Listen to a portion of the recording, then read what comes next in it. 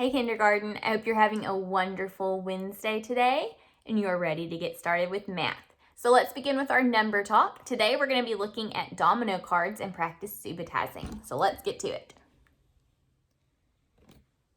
Okay, when you see the domino card, I want you to, as quickly as possible, tell how many dots are on the card.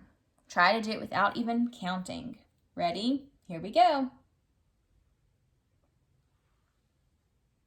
This shows 6.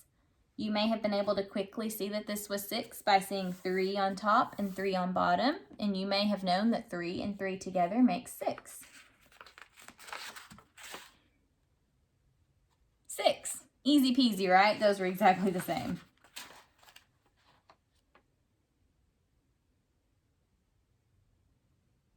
This is 5. You may have been able to get 5 by imagining that this dot was right here on the top and then noticing, okay, that would be 3 on top, and if there were 3 on bottom, that's 6, but it's missing a dot on bottom. So 1 less than 6 is 5. You may have been able to do that all in your head. How many are here? This is 4. You may have been able to quickly recognize this was 4, or you may have thought about it a little bit in your head. You may have remembered that this last card showed 5, and then this card is just missing the middle dot. So 1 less than 5 is 4. You may have also been able to look at this and see, okay, there's 2 and here's 2. So 2 and 2 equals 4. 0. 4.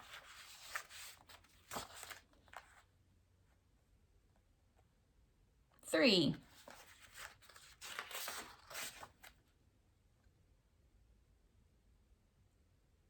5. You may have remembered that one from last time, or you may have gone, okay, there's these on the outside, and I know that this is 4, then add that 1 dot, and that's 5.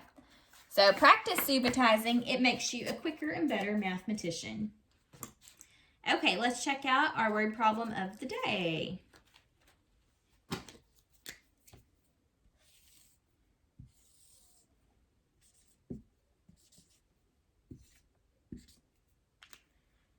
Okay, here it is. Let's read it together. Well, hold on. Let me straighten out my board a little bit. Okay.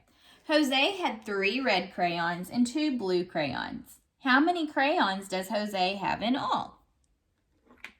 Let's read one more time and listen very carefully for the question this time.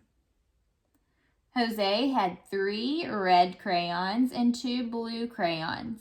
How many crayons does Jose have in all? What question are we being asked to solve? How many crayons does Jose have in all? That's the question that we need to answer. Now let's read back through and listen for anything that's important about crayons. Jose had 3 red crayons and 2 blue crayons. What do you hear that's important in that sentence? 3 red and 2 blue. Both of those are about crayons, so that's going to be important for us. Now let's move on to our plan.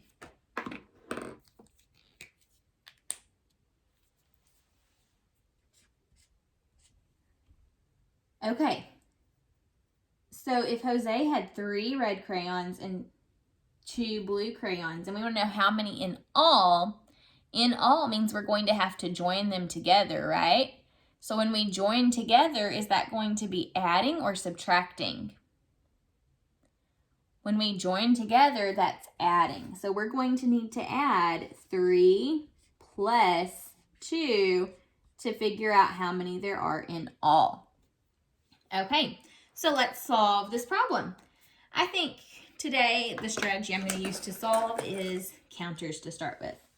Okay, so there were 3 red crayons, 1, 2, 3, and then 2 blue crayons. Now I know this side's not blue, but we're just going to pretend it is.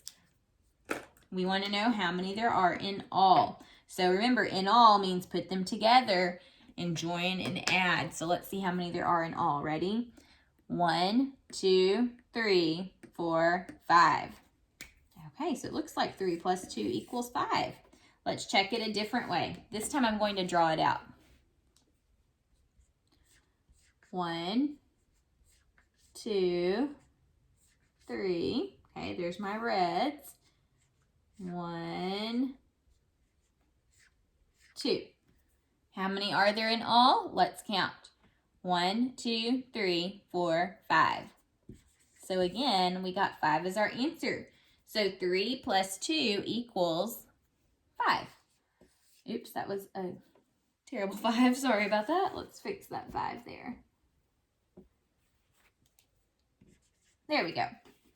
Okay, and we can answer the question now. How many crayons does Jose have in all? He has 5 crayons. All right, let's move on to our lesson. So this week we have talked about length, capacity, and today we're going to be talking about weight. Okay, weight.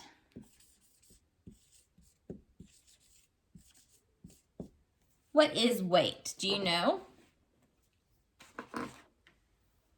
Weight is just how heavy something is, okay? How heavy something is. You can measure weight by putting it on a scale. Like if you've gone to the doctor's office before, you may have had to step on a scale and they weigh you.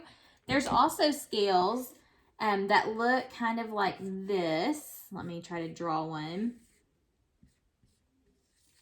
These scales that look like this have little baskets. This is supposed to be a basket, sorry. And in the basket, you put your different objects. And if one is heavier, the one that's heaviest goes down a little bit. So this looks like it'd probably be heavier. It has more stuff. So the scale would tip down.